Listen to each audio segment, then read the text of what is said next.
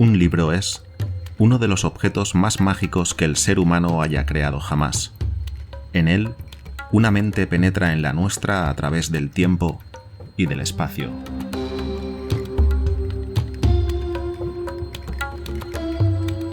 Pónganse cómodos y acompáñenme, soñadores y soñadoras. Dejemos que los mitos de Lovecraft exploren los más oscuros rincones de nuestro ser.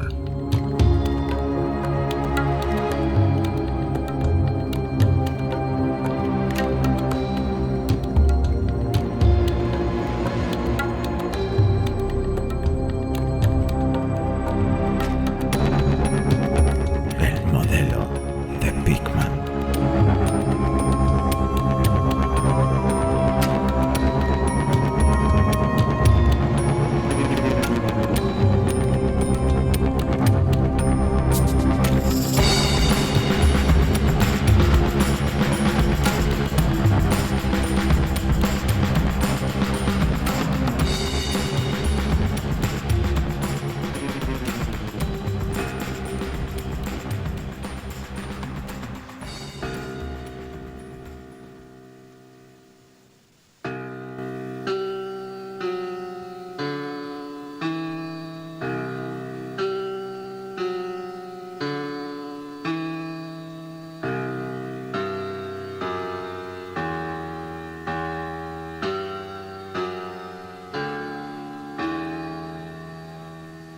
No tienes que pensar que estoy loco, Elliot.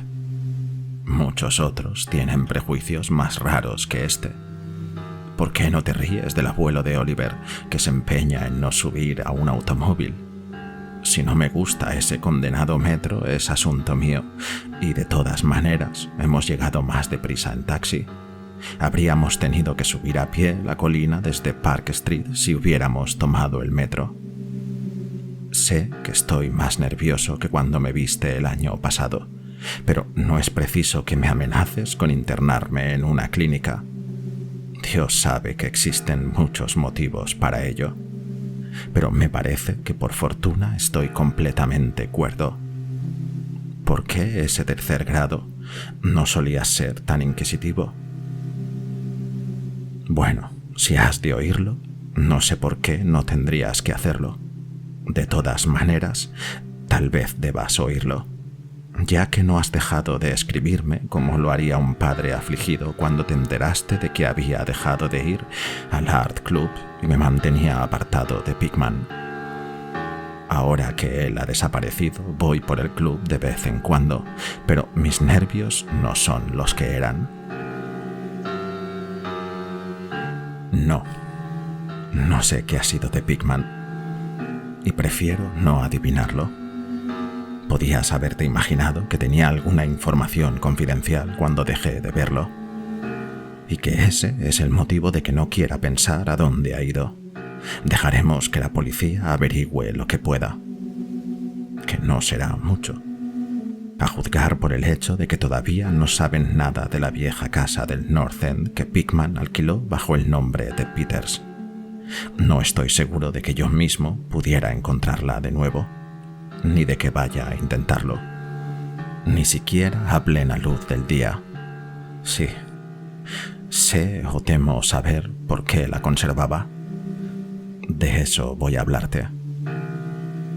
Y creo que, antes de que haya terminado, comprenderás por qué no se lo cuento a la policía. Me pedirían que les guiara, pero yo no podría volver a aquel lugar aun cuando conociese el camino. Algo había allí. Por eso ahora ya no puedo coger el metro ni, y lo mismo puedes reírte también de esto, bajar a ningún sótano. Supongo que habrás comprendido que no dejé de ver a Pickman por las mismas razones absurdas por las que lo hicieron esas viejas remilgadas como el Dr. Reid, Joe Minot o Bosworth. El arte morboso no me escandaliza, y cuando un hombre tiene el talento de Pickman, considero un honor el haberlo conocido. No importa la dirección que tome su obra. Boston nunca tuvo un pintor tan magnífico como Richard Upton Pickman. Lo dije al principio y sigo diciéndolo, y no me desvié un ápice tampoco cuando expuso aquel ghoul alimentándose. Aquello, como recordarás, fue el motivo por el que Minot dejó de verlo.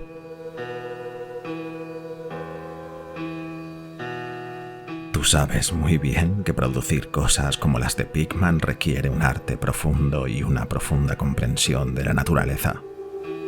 Cualquier portadista de revistas de pacotilla puede pintarrajear un lienzo como un desaforado y llamarlo pesadilla, aquelarre de brujas o retrato del diablo, pero solo un gran pintor puede conseguir que aquello realmente asuste o parezca verosímil. Y ello porque solo un auténtico artista conoce la verdadera anatomía de lo terrible o la fisiología del miedo. El tipo exacto de líneas y proporciones que se relacionan con los instintos latentes o los recuerdos hereditarios del miedo, y los adecuados contrastes de color y los efectos luminosos que provocan el sentido encubierto de lo extraño. No tengo que explicarte por qué un Fuseli nos hace realmente estremecer, mientras que el frontispicio de un vulgar cuento de fantasmas solo nos hace reír. Hay algo que esos artistas captan, algo que trasciende a la propia vida y que son capaces de hacernos captar por unos instantes. Doré lo tenía. Sime también, y otro tanto puede decirse de Angarola de Chicago. Y Pickman lo tenía como nadie lo tuvo antes, ni quiéralo el cielo, nunca volverá a tenerlo. No me preguntes qué es lo que ven.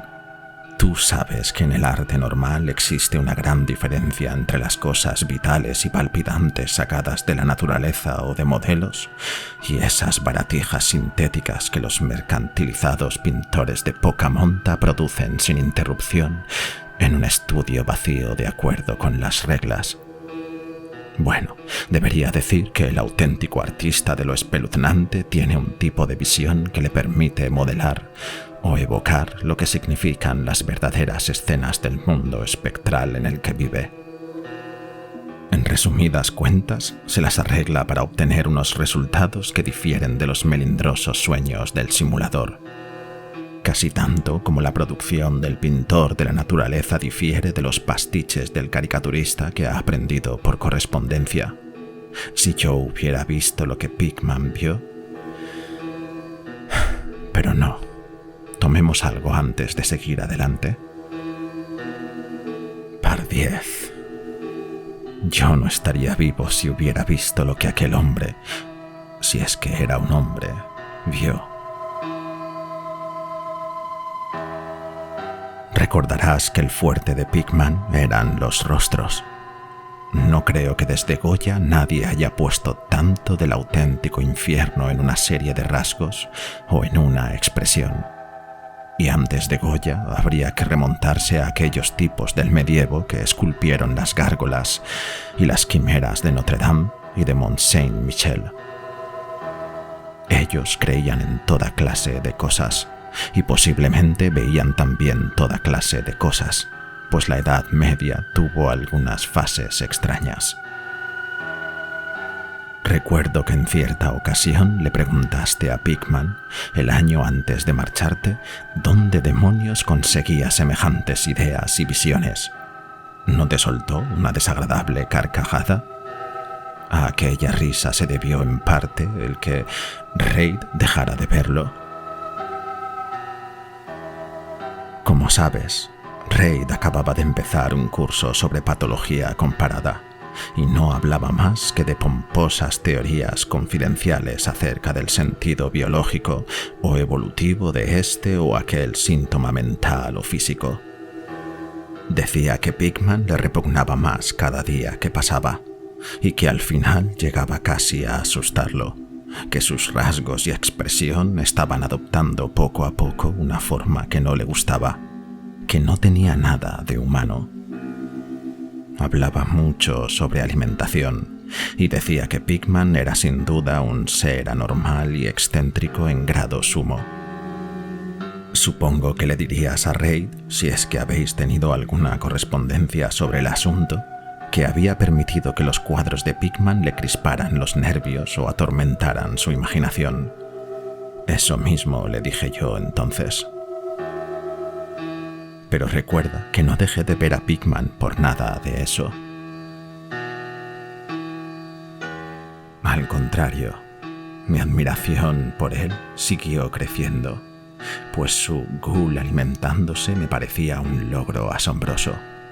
Como sabes, el club no quiso exponerlo y el Museo de Bellas Artes no lo aceptó como donación, y puedo añadir que nadie quiso comprarlo, de modo que Pickman lo guardó en su casa hasta el día en que se marchó. Ahora lo tiene su padre en Salem. Como sabes, Pickman procede de una antigua familia de esa ciudad, y uno de sus antepasados fue colgado en 1692 por brujería. Me acostumbré a visitar a Pickman con bastante frecuencia, sobre todo desde que empecé a recoger material para una monografía sobre arte fantástico. Probablemente fue su obra lo que me metió la idea en la cabeza, y en todo caso descubrí en él una mina de datos y sugerencias cuando me puse a redactarla. Me enseñó todos los cuadros y dibujos que tenía, incluso algunos bocetos a pluma que, creo sinceramente, habrían provocado su expulsión del club si muchos de sus socios los hubieran visto. Muy pronto era ya casi un adepto, y me pasaba horas enteras escuchando como un colegial teorías artísticas y especulaciones filosóficas lo bastante descabelladas como para justificar que lo internaran en el manicomio de Danvers.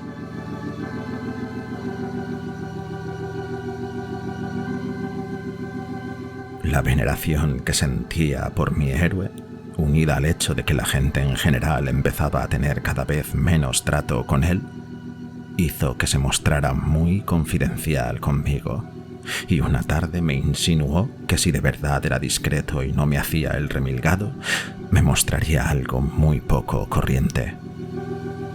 Algo más subido de tono que todo lo que tenía en su casa.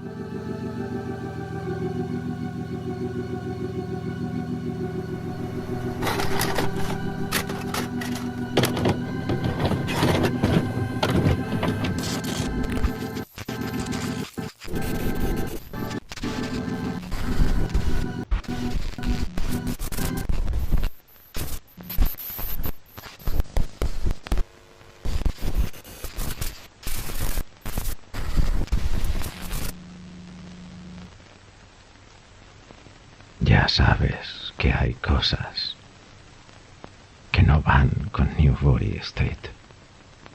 Cosas que estarían fuera de lugar aquí y que, en cualquier caso, no podrían imaginarse.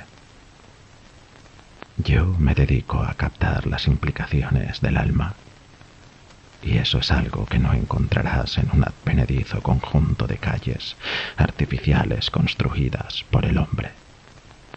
Black Bay no es Boston. No es nada todavía, porque no ha tenido tiempo todavía de reunir recuerdos y atraer a espíritus urbanos. Si hay aquí algún fantasma, son los fantasmas domesticados de alguna marisma salada o gruta poco profunda.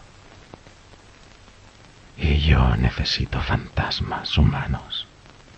Los fantasmas de seres lo bastante organizados como para mirar al infierno y comprender el significado de lo que ven. El lugar indicado para vivir un artista es el North End. Si los estetas fueran sinceros, se conformarían con los suburbios porque allí se concentran las tradiciones. Pero por Dios, ¿no te das cuenta de que lugares como estos no han sido simplemente hechos, sino que en realidad han ido creciendo? Generación tras generación, allí vivieron, sintieron y murieron, y eran tiempos en que la gente no tenía miedo de vivir, ni de sentir, ni de morir. ¿Sabías que en 1632 había un molino en Copp's Hill y que la mitad de las calles actuales fueron trazadas hacia 1650?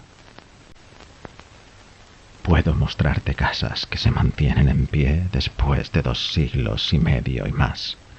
Casas que han presenciado lo que harían derrumbarse una casa moderna y la reduciría a escombros. ¿Qué sabe el hombre moderno de la vida y de las fuerzas que hay detrás de ella? Tú llamas alucinación a la brujería de Salem, pero me apostaría que la madre de la tatarabuela de mi tatarabuela podría contarte algunas cosas. La ahorcaron en Gallows Hill, bajo la mirada del mojigato de Cotton Mather. Mather, maldito sea. Temía que alguien pudiera librarse de aquella condenada jaula de monotonía. Ojalá alguien le hubiese hechizado o sorbido la sangre durante la noche. Puedo mostrarte una casa en donde él vivió y otra en la que temía entrar a pesar de todas sus primorosas fanfarronadas. Sabía cosas que no se atrevió a incluir en aquel estúpido Magnalia, ni en el pueril Wonders of the Invisible World. Escucha un momento. ¿Sabías que hubo un tiempo en que en el North End había una serie de túneles a través de los cuales las casas de ciertas personas se comunicaban entre sí? Y además con el cementerio y con el mar. Por mucho que las procesaran y las persiguieran sin tapujos, cada día pasaban cosas que no se podían comprender, y de noche se oían risas que no había manera de reconocer. Pues bien, de cada 10 casas construidas antes de 1700 que se han conservado intactas, apostaría que en 8 podría mostrarte algo raro en el sótano. Apenas hay un mes en el que no leamos que unos obreros han descubierto, al desplomarse este o aquel edificio, bóvedas y pozos tapiados con ladrillos que no conducen a ninguna parte. Sin duda verías uno el año pasado, desde el ferrocarril elevado, cerca de Henchman Street. Había brujas y lo que sus sortilegios convocaban, piratas y lo que ellos trajeron del mar, contrabandistas, corsarios, y te aseguro que en los viejos tiempos la gente sabía cómo vivir y cómo ampliar los límites de la vida. Este no era el único mundo que un hombre audaz y hábil podía conocer.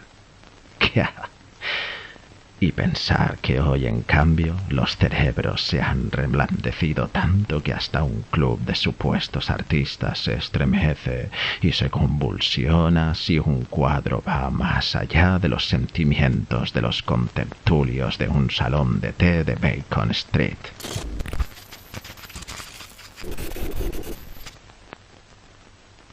Lo único que salva al presente es que su condenada estupidez le impide poner en duda el pasado de manera concluyente. ¿Qué dicen en realidad los mapas, documentos y guías acerca del North End? Bah, me comprometo a llevarte a 30 o 40 callejones y redes de callejuelas al norte de Prince Street, de cuya existencia no sospechan ni siquiera 10 seres vivos aparte de los extranjeros que pululan por ellas. ¿Y qué saben de ellas esos extranjeros de piel morena? No, Thorber. Esos antiguos lugares están repletos de espléndidos sueños y rebosan de prodigios, espanto y probabilidades de evadirse del tópico, y sin embargo no hay alma humana que los comprenda ni se beneficie de ellos. Mejor dicho, no hay más que una, pues no he estado escarbando en el pasado en vano.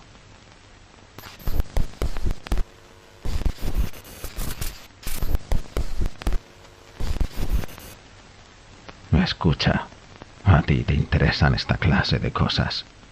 ¿Y si te dijera que tengo otro estudio allí, donde puedo captar el espíritu nocturno de antiguos horrores y pintar cosas en las que ni siquiera se me hubiera ocurrido pensar en Newbury Street.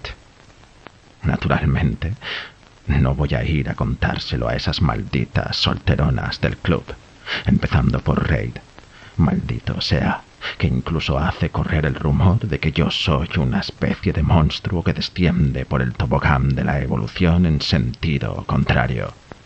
Sí, Thurber, hace mucho tiempo decidí que había que pintar el terror de la vida, lo mismo que se pinta su belleza, de modo que hice algunas investigaciones en lugares donde tenía motivos para saber que en ellos habitaba el terror.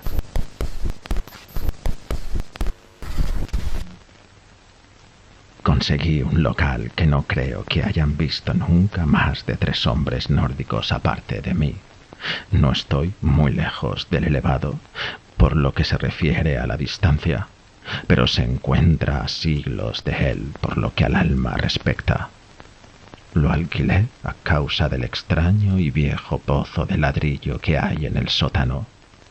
Uno de esos sótanos de los que ya te he hablado.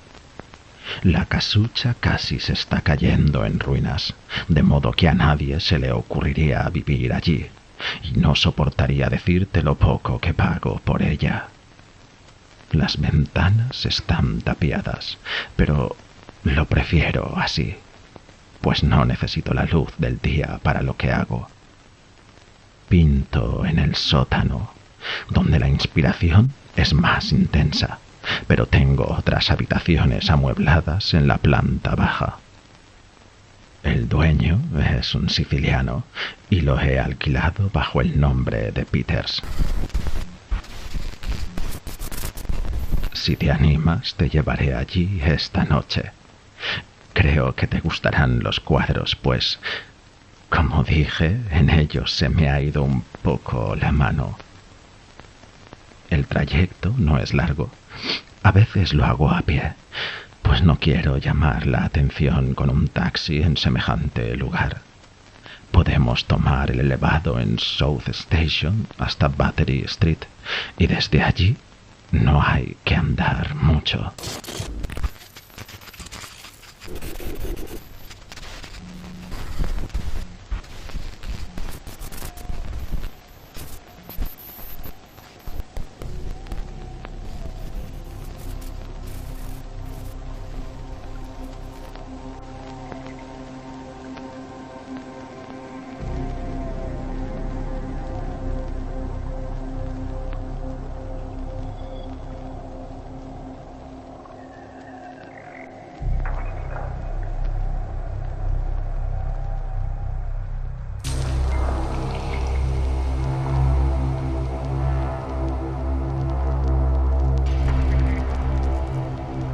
Bueno, Elliot, después de aquella arenga no pude hacer otra cosa que contenerme para no correr en vez de andar en busca del primer taxi libre que saliera a nuestro encuentro. Tomamos el elevado en South Station y a eso de las 12 ya habíamos bajado las escaleras de Battery Street. Y enfilamos el viejo muelle dejando atrás Constitution Wharf. No me fijé en los cruces de calles y no sabría decirte por dónde pasamos, pero puedo asegurarte que no fue por Greenough Lane. Cuando giramos, fue para subir por un tramo desierto del callejón más antiguo y sucio que he visto en mi vida, con gabletes a punto de desmoronarse, pequeñas ventanas con los cristales rotos y arcaicas chimeneas que sobresalían medio derruidas en el cielo iluminado por la luna. No creo que hubiera 3 casas a la vista que no estuvieran ya levantadas en tiempos de Cotton Mather.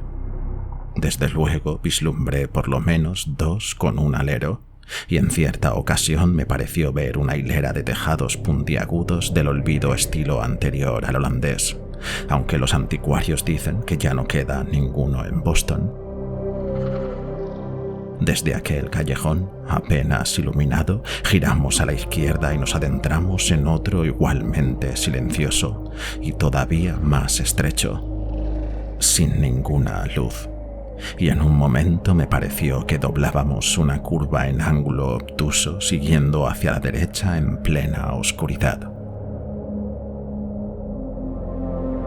Poco después, Pickman sacó una linterna y descubrió una puerta antediluviana de 10 entrepaños, que parecía terriblemente carcomida. Abriéndola, me hizo entrar en un vestíbulo vacío cuyo revestimiento de madera de roble oscuro debió de ser magnífico en otro tiempo. Sencillo, desde luego, pero que evocaba de manera emocionante los tiempos de Andros, Phipps y la brujería. Luego me hizo cruzar una puerta que había a la izquierda. Encendió una lámpara de petróleo y me dijo que me acomodara como si estuviera en mi propia casa. Pues bien, Elliot, soy lo que el hombre de la calle llamaría con toda justicia un tipo duro, pero confieso que lo que vi en las paredes de aquella habitación me dio un buen susto. Eran los cuadros de Pickman. Ya sabes a lo que me refiero. Los que no podía pintar ni siquiera exponer en New Body Street. Y cuánta razón cuando dijo que se le había ido la mano. Oye, echemos otro trago. En cualquier caso lo necesito. No tiene sentido que trate de describirte aquellos cuadros, pues el más espantoso y blasfemo horror, la más increíble asquerosidad y hediondez moral se desprendían de unas simples pinceladas completamente imposibles de expresar con palabras. No había nada en ellos de la técnica exótica que se advierte en Sidney Sime, nada de los paisajes de planetas situados más allá de Saturno ni de los hongos lunares con los que Clark Anthony Smith nos hiela la sangre. Los fondos eran en su mayoría antiguos camposantos, misteriosos bosques, arrecifes marinos, túneles de ladrillos, habitaciones con antiguos revestimientos de madera o simples sótanos de mampostería. El cementerio de Copp's Hill, apenas a unas manzanas de la casa, era uno de sus escenarios favoritos. La locura y la monstruosidad estaban latentes en las figuras que se veían en primer término, pues en el morboso arte de Pickman predominaba el retrato demoníaco. Estas figuras muy pocas veces eran completamente humanas, aunque con frecuencia se acercaban a lo humano en diversos grados. La mayoría de los cuerpos, aunque toscamente bípedos, tenían una postura inclinada hacia adelante y un ligero aspecto canino. La textura de muchos de ellos era algo parecido a la goma y bastante desagradable al tacto.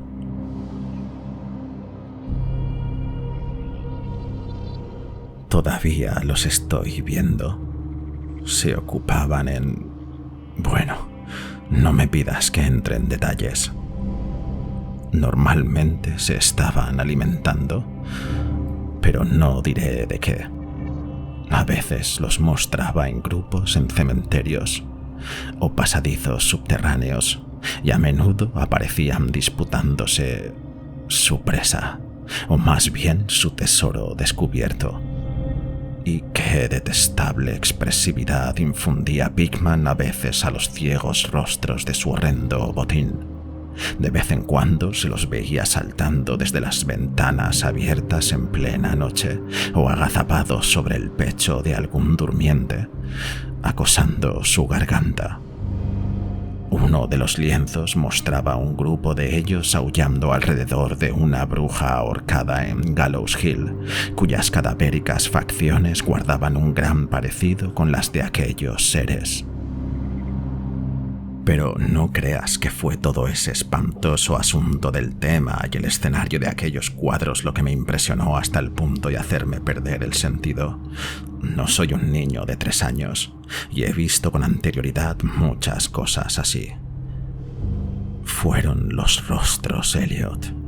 Aquellos malditos rostros que miraban de soslayo y parecían querer salirse ansiosamente del lienzo con un verdadero aliento vital.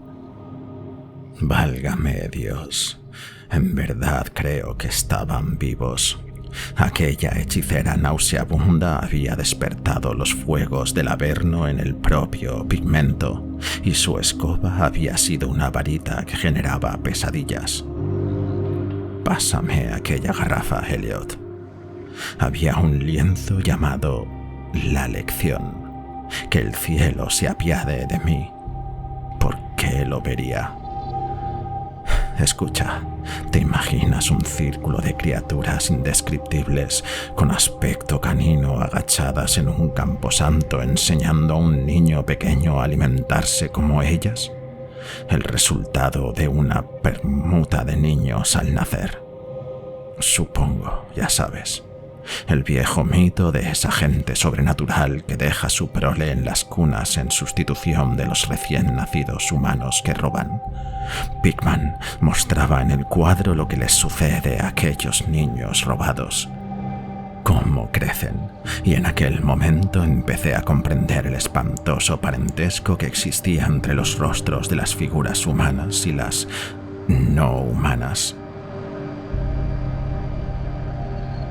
Establecía en todas sus gradaciones de morbosidad un sardónico nexo evolutivo entre lo manifiestamente no humano y lo degradadamente humano. Las criaturas con aspecto de perro se habían desarrollado a partir de los humanos. Y nada más preguntarme qué haría con sus propias crías que se quedaban con los seres humanos a modo de trueque, me llamó la atención un cuadro que expresaba aquella misma idea. Se trataba de un antiguo interior puritano. Una habitación de gruesas vigas con ventanas de celosía. Un escaño con arcón en el asiento inmobiliario del siglo XVII. Bastante tosco, ocupado por la familia rodeando al padre, que leía las escrituras. Todos los rostros, excepto uno, mostraban nobleza y veneración, pero ese uno reflejaba la burla del infierno. Era el rostro de un joven y sin duda pertenecía a un supuesto hijo de aquel piadoso padre, que en realidad estaba emparentado con las criaturas impuras. Era un niño suplantado, y en un rasgo de suprema ironía, Pickman le había dado a sus facciones un parecido bastante apreciable con las suyas. Para entonces, Pickman había encendido una lámpara en una habitación contigua y mantenía la puerta abierta, cortésmente para que yo pasara, preguntándome si quería ver sus estudios modernos. Me había sentido incapaz de comunicarle muchas de mis opiniones. El miedo y la repugnancia me habían dejado sin habla, pero creo que comprendió perfectamente mi estado de ánimo y se sintió muy halagado. Y ahora quiero asegurarte una vez más, Elliot, que no soy un gallina de esos que se echan a gritar en cuanto ven algo que se aparte un poco de lo habitual. Soy de mediana edad y bastante sofisticado, y supongo que con lo que viste de mí en Francia te basta para saber que no me dejo impresionar con facilidad. Recuerda también que acababa de recobrar el aliento y empezaba a acostumbrarme a aquellos espantosos cuadros que convertían la Nueva Inglaterra colonial en una especie de dependencia del infierno. Pues bien, a pesar de todo ello, aquella habitación contigua me obligó a gritar y tuve que agarrarme al marco de la puerta para no desplomarme. El otro aposento mostraba una serie de gules y brujas que invadían el mundo de nuestros antepasados, pero lo que había en este traía el horror a nuestra propia vida cotidiana. Pardiez, qué cosas pintaba aquel hombre. Había un estudio llamado Accidente en el metro. en el que un tropel de repugnantes criaturas subían gateando de alguna ignota catacumba a través de una grieta abierta en el suelo de la estación del metro de Boylston Street y atacaban a una multitud de gente que esperaba en el andén. Otro mostraba un baile en Copp's Hill en medio de las tumbas, sobre un fondo actual. Había además numerosas pistas de sótanos, con monstruos que entraban sigilosamente a través de grietas y agujeros abiertos en la mampostería, enseñando los dientes mientras permanecían en cuclillas detrás de toneles o calderas a la espera de que su primera víctima descendiera por la escalera.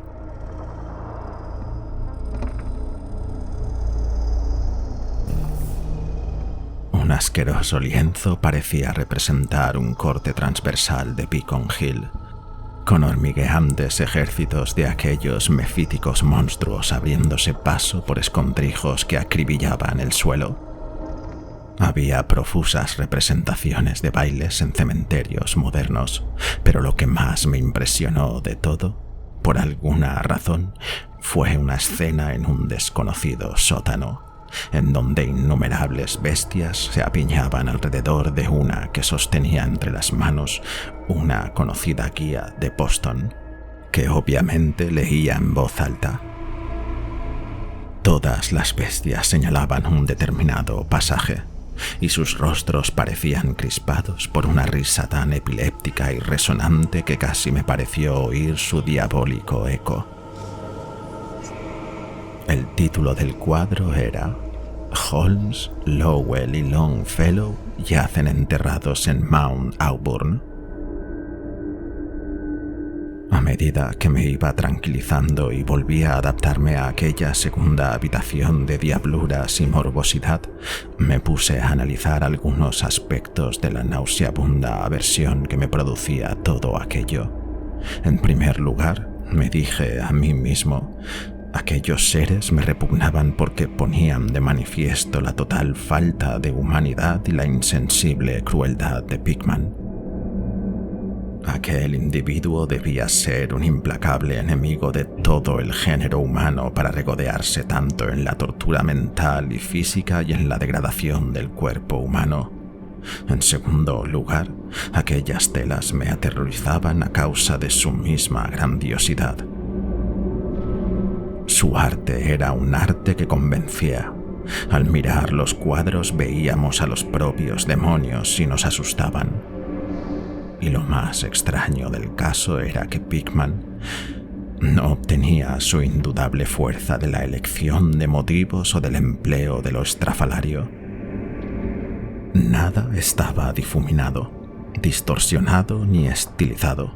Los contornos estaban bien definidos y eran completamente naturales. Y los detalles eran precisos casi hasta la exasperación. ¿Y qué decir de los rostros?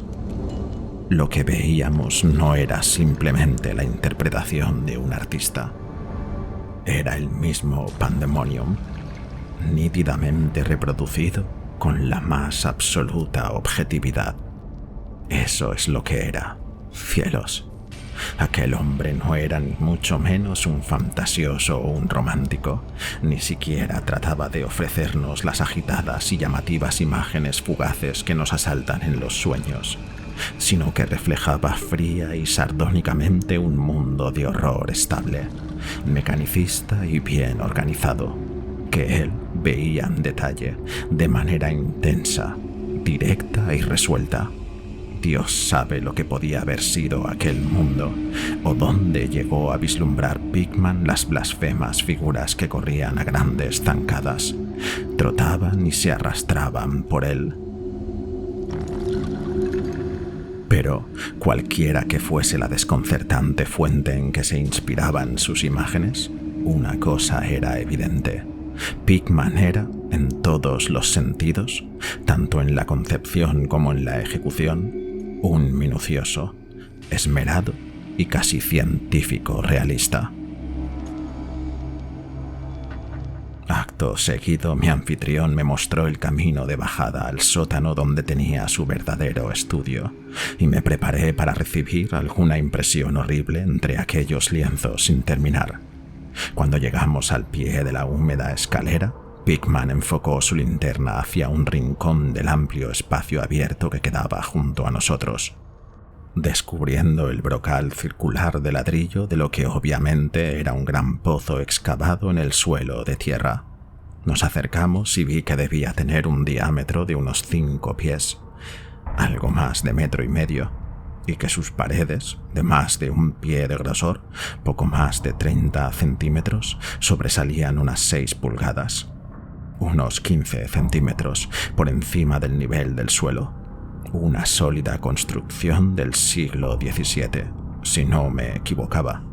Aquello, me dijo Pickman, era una de esas cosas de las que había estado hablando antes. Una abertura de la red de túneles que solían socavar la colina. Observé despreocupadamente que el pozo no parecía estar tapiado con ladrillos y que un pesado disco de madera constituía aparentemente su única cubierta. Pensando en las cosas en las que aquel pozo debía haber estado en contacto, si las disparatadas sugerencias de Pickman no habían sido mera retórica, me estremecí ligeramente. Luego volví a seguirle. Subimos un escalón y atravesamos una estrecha puerta que daba a una habitación de tamaño medio, provista de un suelo de madera y amueblada como un estudio. Un aparato de gas acetileno suministraba la luz necesaria para trabajar.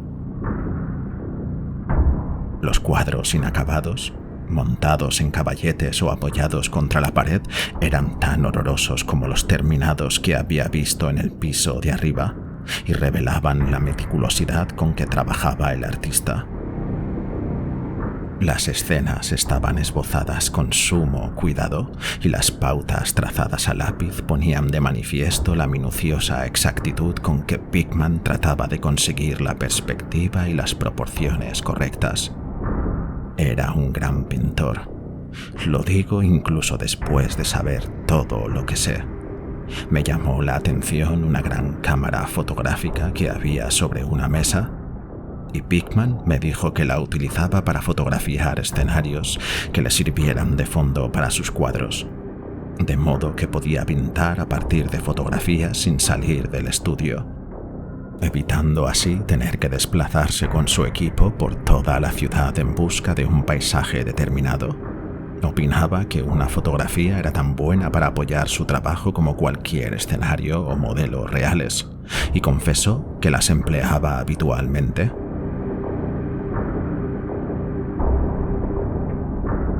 Había algo muy preocupante en los nauseabundos bocetos y en las monstruosidades a medio terminar que lanzaban maliciosas miradas desde todas partes de la habitación, y cuando Pickman descubrió de pronto un enorme lienzo en la pared más alejada de la luz, por mucho que lo intenté no pude contener un fuerte grito, el segundo que había proferido aquella noche.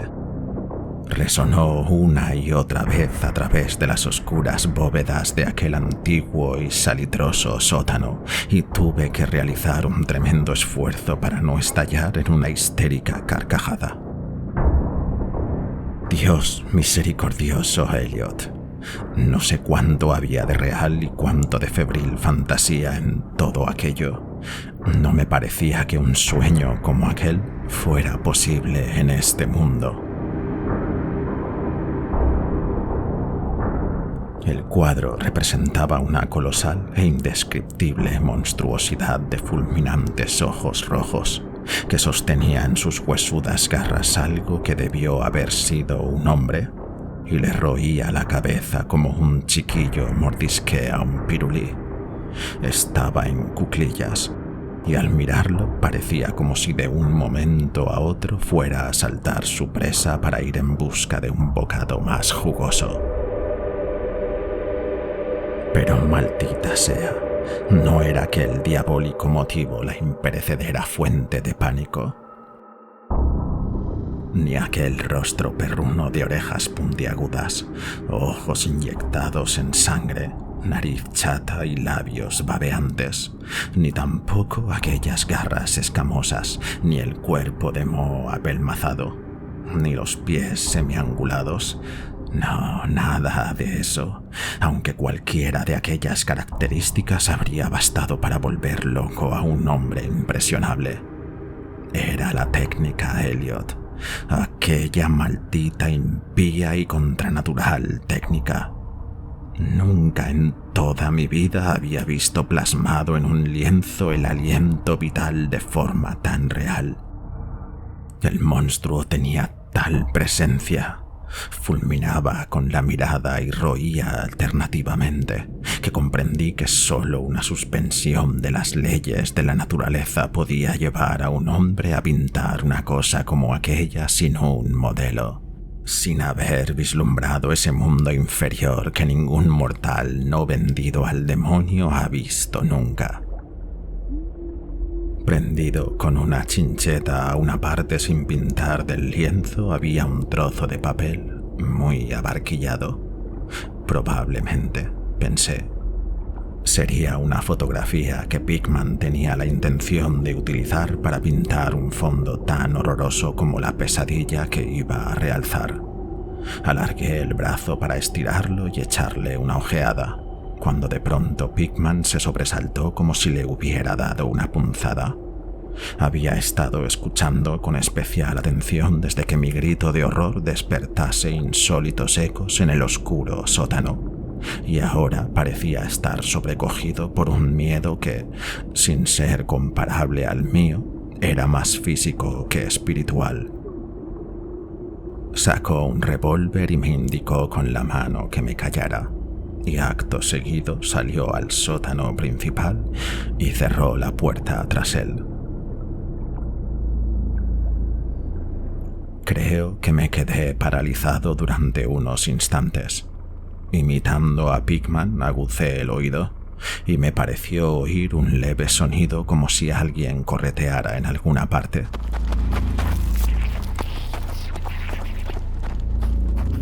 Y una serie de chillidos o gemidos en una dirección que no pude determinar. Pensé en enormes ratas y me estremecí. Luego se oyó una especie de ruido apagado que de alguna manera me puso la carne de gallina. Una especie de sigiloso y vacilante ruido, aunque me sería imposible tratar de expresarlo en palabras. Era como si una pesada madera hubiese caído sobre piedra o ladrillo. Madera sobre ladrillo. ¿Qué me sugería aquello? Se oyó de nuevo el ruido, y esta vez más fuerte. Hubo una vibración como si la madera hubiese caído más lejos de lo que había caído antes.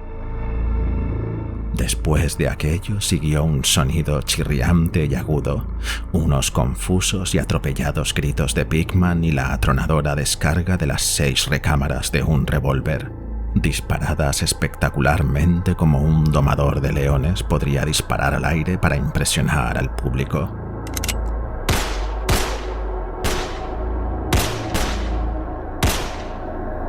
A continuación, un chillido o graznido amortiguado y un golpe sordo. Luego, más chirridos producidos por la madera y el ladrillo. Una pausa y la apertura de la puerta, ante lo cual, lo confieso, me sobresalté enormemente. Pickman reapareció con su arma todavía humeante, maldiciendo a las abultadas ratas que infestaban el antiguo pozo. «El diablo sabrá lo que comen, Zarber», dijo enseñando los dientes. «Pues esos arcaicos túneles comunican con cementerios, guaridas de brujas y llegan hasta el litoral. Pero sea lo que fuere, se les ha debido acabar, pues estaban sumamente ansiosas por salir. Tus gritos las despertaron, supongo. Será mejor andar con precaución por estos andurriales.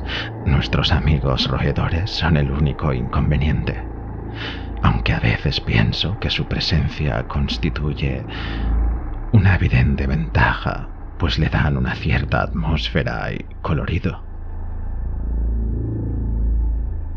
Bueno, Elliot, aquel fue el final de la aventura nocturna.